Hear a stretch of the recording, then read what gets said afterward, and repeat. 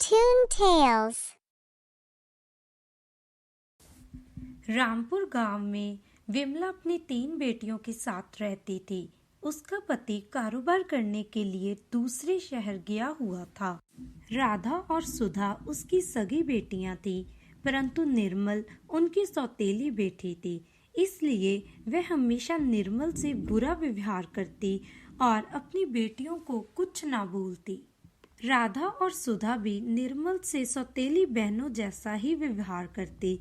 निर्मल को पेट भर खाना भी नहीं मिलता था। जो भी खाना विमला और उसकी बेटियां प्लेट में छोड़ती, वह बचा हुआ खाना ही निर्मल को खाना पड़ता। निर्मल यह देखकर बहुत रोती। एक दिन विमला ने बहुत स्वादिष्ट केक बनाया। निर्मल बहुत खुश थी कि शायद उसे आज थोड़ा सा केक मिल जाएगा, परंतु उसकी सौतेली बहनों ने उसके लिए थोड़ा सा भी केक नहीं छोड़ा। वह खाली प्लेट को देखकर बहुत जोर जोर से रोने लगी। वह रोते हुए जंगल की ओर चली गई। वह वहां एक पेड़ के नीचे बैठकर जोर जोर से रोने लगी कि तभी उसकी आवाज सुनकर एक बूढ़ी माँ उसके पास आई और उसे बोलने लगी, बेटा, तुम इस जंगल में क्या कर रही हो और इतनी जोर जोर से क्यों रो रही हो? बूढ़ी अम्मा, मेरी सौतेली माँ और बहन ने मुझे पेट भर खाना भी नहीं दिया और आज भी उन्होंने स्वादिष्ट केक बनाया, परंतु मुझे उसका एक छोटा सा पीस भी नहीं मिला। बस इतनी सी बात। यह लो मेरी जादुई अंगूठी। जब भी तुम्हें किसी चीज की जरूरत होगी, तुम इससे मांग लेना। निर्मल जल्दी से उससे बहुत सारा खाना मांगती है और आंख झपकते ही उसके सामने बहुत सारा खाना आ जाता है। निर्मल जल्दी से सारा स्वादिष्ट खाना खा लेती है और बूढ़ी अम्मा को शुक्रिया कहती है। निर्मल खुशी खुशी घर आती है। अब उसे किसी बात की चिंता नहीं होती।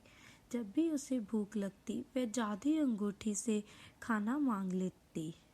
एक दिन राधा और सुधा देखती हैं कि निर्मल अब उनका बचा हुआ खाना नहीं खाती। यह देखकर वह निर्मल पर नजर रखने लगती हैं। निर्मल जब जादुई अंगूठी से खाना मांगती है तो यह सारा दृश्य उसकी दोनों सौतेली बहनें देख लेती हैं। वे जल्दी से भागकर अपनी माँ को सारी बात बताती हैं। जब निर्मल अपने कमरे से बाहर आती है तो सुधा बोलती है, अरे निर्मल, मुझे जल्दी से अपनी जादुई अंगूठी दो। निर्मल के मना करने पर उसकी सौतेली माँ उससे वह जादुई अंगूठी छीन लेती है और उसे आग में फेंक देती है। यह देखकर निर्मल जोर जोर से रोने लगी। अब उसे फिर से भूखा रहना पड़ता। एक दिन वह जंगल में उसी जगह पहुंचती है जहां उसे वह बूढ़ी अम्मा मिली थी। उसके रोने की आवाज सुनकर बूढ़ी अम्मा फिर से उसके सामने आ जाती है और वह उससे पूछती है, निर्मल, क्या हुआ? तुम रो क्यों रही हो? बूढ़ी अम्मा, जो जादुई अंगूठी आपने मुझे दी थी, वह मेरी माँ ने आग में फेंक दी और अब मैं फिर से भूखी रहती हूँ।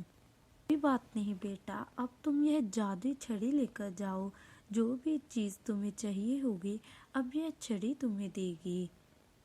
धन्यवाद बूढ़ी माँ। निर्मल खुशी खुशी घर आती है। सुधा अपनी बेटियों से बातें कर रही थी। आज राजकुमार के यहाँ शाही दावत है। उन्होंने राज्य की सभी लड़कियों को आमंत्रित किया है। मैं चाहती हूँ कि आज तुम दोनों अच्छे वस्त्र पहनकर उनके सामने जाओ, ताकि वह तुम में से किसी एक को चुन ले। निर्मल उनकी सारी बातें सुन लेती है और रात को वह उस जादुई छड़ी की मदद से एक सुंदर पोशाक पहनकर राजमहल में दाखिल होती है। राजकुमार निर्मल को देखता है तो वह उस पर मोहित हो जाता है और उसके पास आकर बोलता है, क्या तुम मुझसे शादी करोगे? निर्मल हाँ में सिर हिला देती है और दोनों खुशी खुशी अपना जीवन व्यतीत करने लगते हैं।